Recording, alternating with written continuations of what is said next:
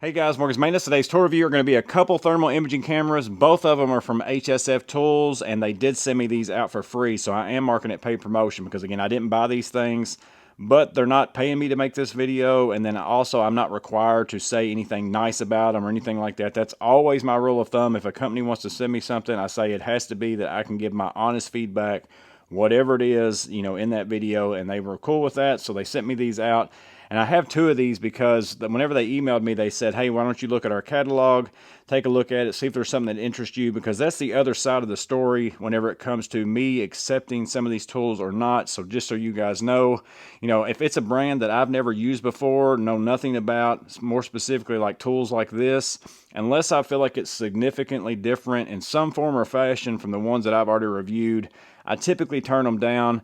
For instance, I've got the Milsey thermal imaging camera. I picked this one up because it was a Wi-Fi, works with your phone, makes it easy to email things back and forth or send them however you want to do that. So that was super nice, and it's pretty small. And then also the Topdon TC004. I picked that one up, but both of these have some characteristics about them, whether it's price, size, whatever, that makes me feel like these might be a better fit for some people than maybe what those other two were. So that's why I'm going to go ahead and pick these up and share them with you. And again, I'm primarily going to look at this HP96 because this is the one that I asked them for. They sent me this one as well. I'm going to give you the highlights on that, but most of the settings on both of these, so whenever I talk about this one, all those same settings are on this one. It's just a little bit different to get to, but I'm going to hit the highlights of this one, then we'll jump into this one, and then again, you can make the decision if they're the right fit for you. So I've changed the lighting in here a little bit, so hopefully you'll be able to see these screens a little bit better, but you're probably going to see some more shadows, so it's give or take.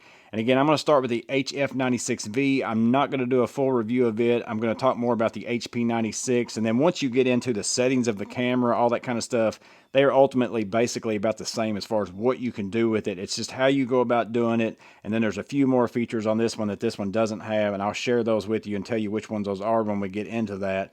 But I wanted to make sure and go over the HF96V for a couple reasons. One is it is the cheapest thermal imaging camera that I've had on the channel. So this one right now is on sale for $130 with no coupon or anything like that. That's just the price. I don't know if there is a normal price, if they have coupons, those kinds of things. It has been that price ever since I've been looking it up. So cheapest by far. I think the next cheapest I've had was maybe $250, $300. So I think that is going to put this in the hands of a lot more people. So again, someone who only uses it a few times a year, or you just always wanted one, but you've never felt like you wanted to spend $300, $400, $500, $600 on one because of the use.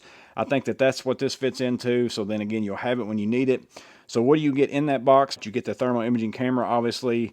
Inside that black box, you get this foam. So you could either store it in that black box if you want to, move this over to some pack out, whatever you want to do, if you want to store it that way. It also comes with the other half, so you can kind of enclose it there. And then short of that, all you get is a USB-C cable, instruction manual, certificate of calibration, those kinds of things. It does charge USB-C. You can see that up here. And then other than that, I'll go ahead and turn it on here just so you can see the screen. And again, I'm not going to go through all the settings, but all these are a push button. Like you have to push all this, working through the settings. That's where this one's a little bit less than this one, and you'll see that as we get into it. But you can see here on the screen, let me get my coffee cup out here, maybe it's still hot. You can see the screen, you can see my hand. So again, you're basically able to see temperature differences. I'm going to go ahead and turn on the Topdon here because that's kind of the comparison, in my opinion, of the ones that I've looked at, because it's that same type style. And that's another place where, in my opinion, this one wins because of the size difference. And out here, you might not be able to notice it as much, but it is significantly bigger, and the screen is not really all that significantly different. So, I mean, it's a hair bigger screen, but I'm able to see the same exact stuff. It doesn't matter that screen is smaller, but whenever you look at this and this one being smaller, and you think about your tool bags, if that's where you're going to store it, you can see the Topdon here, putting it in my MCT blackout, how much room that takes up versus that of the HF96V from HSFTools. So it's smaller, it's cheaper. Those are two of the main things that matter to me, because again, I am not a thermal imaging expert. There's a lot of settings in here that I know nothing about. So if you want to know those kinds of things, you're at the wrong reviewer for that. I am a handyman, a contractor, a general contractor, maintenance man. All I need to know with my thermal imaging camera is how hot is that, and then how hot or cold is it based upon the things that are around it. That's what I'm looking for with my thermal imaging camera, and to me it's a plus if it's cheaper and it's smaller and fits in my tool bags well, and as long as I can still get that information in an easy way. And I feel like this does that. As far as the main settings or the main way that you go about using this one, this right here is your power button. Go through all your settings. You press the down button to change through your thermals. So right now I'm on like rainbow, I think. I can go to, or I'm on rainbow now. And then you can scroll through white hot, black hot, red hot, fusion, iron bow, and then back to rainbow. That's the down button. Up button changes from, right now I'm on thermal. Then we get into fusion, which is a mix of fusion and your regular picture, because if I press up again, you've got just a regular camera as far as, so maybe you need to take a picture of what's actually there, take a picture of the thermal to give that to your customer. And as far as pictures go, that's the main difference between the HF96V and the HP96. This one only takes pictures. The HP96 takes pictures and video recording, so if you need video, this one's not going to work for you, but you just take a picture super easy. I'm going to press up one more time to get to thermal. I just pull the trigger. One time you're going to see capture succeeded. It has taken a picture. Or on this one I can press and hold the trigger. You're going to get a red dot, and once I let go of that trigger, it's going to also take a picture as well. So again, this one only takes pictures, no video. That's one of the main differences. But as far as price and size, I feel like it's a winner. But that's the HF96V. Now let's talk about the HP96. So the HP96 is the one I actually requested that they send me, because once I saw the size of it, some of the features that are in it, I felt like this is going to be the thermal imaging camera that I've been looking for, the one that's going to work best for me in my line of work. Again, doesn't mean it's going to be the best for you, it's going to be the best for me. And it comes in at $190, which is still below $200. Now that's the sale price right now. I have no idea what the normal price is. It's been on sale every time I've ever looked at it. So for $190, what are you getting in that box? You're getting the thermal imaging camera. You also get a USB-C cable, just like on the HF96V. It plugs in right there. And then you also get a wristlet, so it would tie in through here. So if you want to wrap that around your wrist while you're carrying it in case you drop it. And then you also get this pouch right here, which is pretty surprisingly pretty nice, because you can put that in there, do that, and then most of the time on these, in a really cheap case like this, they are going to have a fabric loop right there that you have to take your belt on and off every single time just to be able to take it on and off. I like the fact that they put a metal belt clip, so now I can take it on and off when I need it. When I don't, I can put it on my vest, whatever it might be. I actually really like that pouch and that they provided that with it. And the reason why I say this one's probably going to be the best fit for me over all of them that I've tried, I've been using the Mil-C more than any of them, and that is very small and compact, as you can see there as well. And this hooks up to your phone, which is nice because it makes it easy to send photos, videos, whatever to your customers through email or whatever, because it's already on your phone, all that footage. But the downside to that is every now and then, and most of the time I would say, I just want to get this out, turn it on, and look at something real fast.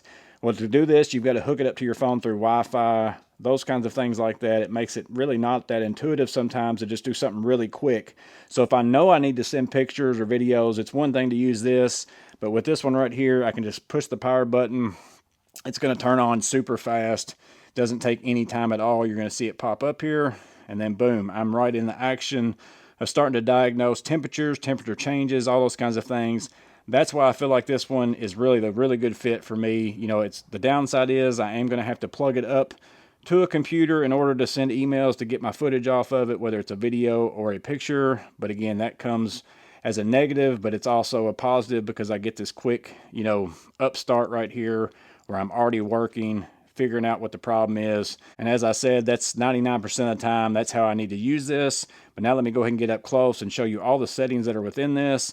And you're going to notice as we go through this, it is also a touchscreen. So that's kind of the clunky part of the HF96V to me, is having to go through and press these buttons, making sure I hit the right one. This is 100% a touchscreen, so I can go to the home button over here. I can go to the pictures that I've already taken, go back out of it, get into settings. Also, you have the color palettes over here. So I can press this color palette button over here, go to whichever color that I want to be on. Right now I'm on iron bow. I'm going to go down to rainbow, back up to white hot and black hot. Whichever way I want to go, it's great to be able to do that.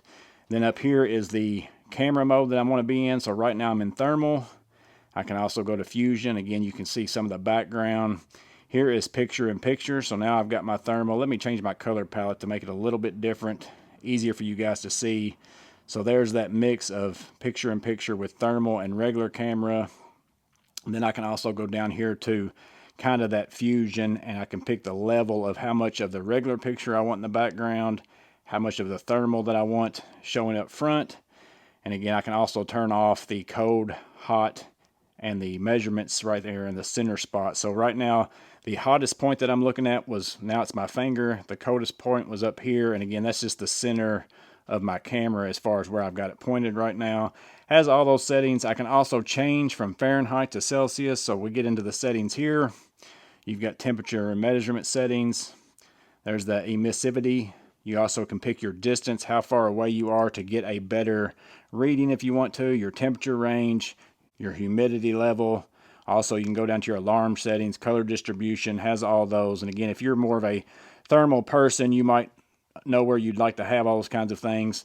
Device settings, you've got your time and date, your auto power off, screen brightness, language, which makes me remember something else. Capture settings.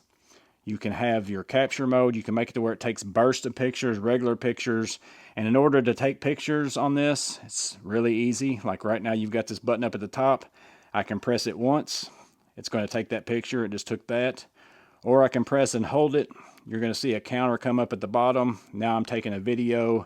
It's going to continue to take that video, and it even takes audio. As I played one back, I noticed it also had the audio until I pressed that button again, and now it just saved that as a recording was successfully recorded. So again, this one you get audio in your recording, you get video recording if you want to, you can take pictures, all those kinds of things. It also has a scroll down right here. I can turn a flashlight on. So it has a flashlight out here on the front, so if you're in somewhere that's a dark area, you have that out there on the outside. And you also have this daylight mode, which changes your background to white instead of black. Turn that back into night mode, turn the flashlight off, and I can turn my screen brightness up and down right there as well. And that's a matter of swiping down, just like what you do on your iPhone, to get to those settings. So again, all the basic settings. So even though it's coming in at a cheaper price on both of these, it still has all the same settings as every other thermal imaging camera that I've looked at. And again, the nice thing about this one to me is all these fusion modes where you're able to look at pictures with the thermal in the background or your regular picture. I think that those are nice settings to have. But let me go ahead and show it to you in a couple scenarios, and then we'll close out the video. So I'm going to be pulling double duty here. I've got the thermal imaging camera in one hand. I've got my phone recording in the other. You can see I've got a crock pot, also a cup of ice. You can see that on the thermal imaging as well. There's the code spot, the blue dot, 34.7 degrees, and my hottest spot, the red dot, 201, or yeah, around 200 degrees basically there. So again, you can easily see all those things. I'm on that fusion color pattern. That's probably my favorite of the bunch, and that's not on a lot of the cameras that I've seen. But again, I can go in here and I can change to different ones. There is the rainbow, or I can go, I'm going to actually put that back on the fusion. Go back into this. So here again, I'm in full thermal. You can see that there. So if I scroll back some, it's harder to tell exactly what I'm looking at. Looking through that screen, I can go to that fusion mode. Now you can see kitchen sink. You know, you can see cabinets. You can see still that code thing, which is the cup. You can see the crock pot. I can even go down here and go picture in picture if I want to see the background on everything else, and then just pick up whatever it is I'm looking at in the center. You can see that change in there. Or I can go down here and pick a level. So now I'm at 25% thermal overlay. I can go up to 75%. And again, just let you see some things a little bit differently. I still feel like I really like the fusion color on this one, along with also the fusion here setting as well, because again, I'm able to see what it is I'm looking at, but also see those hot and cold spots. So here we are going to be looking at a bay window. So underneath of that wood right there is basically the outside that is stuck out from the house some. If I take the thermal camera, stick it over there, and especially if I back out, you'll be able to see that the top and the bottom of that window are definitely a lot colder than the rest of it, especially like the walls and everything else. So you can see there, that's a big temperature difference. So if you're looking for a place that is cold spots in your house, very easy to find with this. So the last thing we'll look at is this kitchen sink. I've got only the cold water on right now. You can see that it's blue. If I reach around and turn on the hot, it's going to change over to red. You're also going to see that temperature. I'm at 89 degrees right now with the cold and hot all the way on. I'll turn off the cold.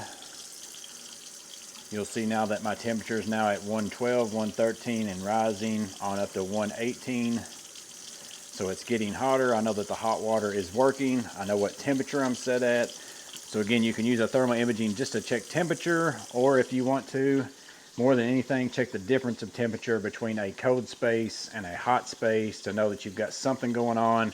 That's the benefits of a thermal imaging camera. Multiple uses. Again, you know what it is that you do, how you would use it.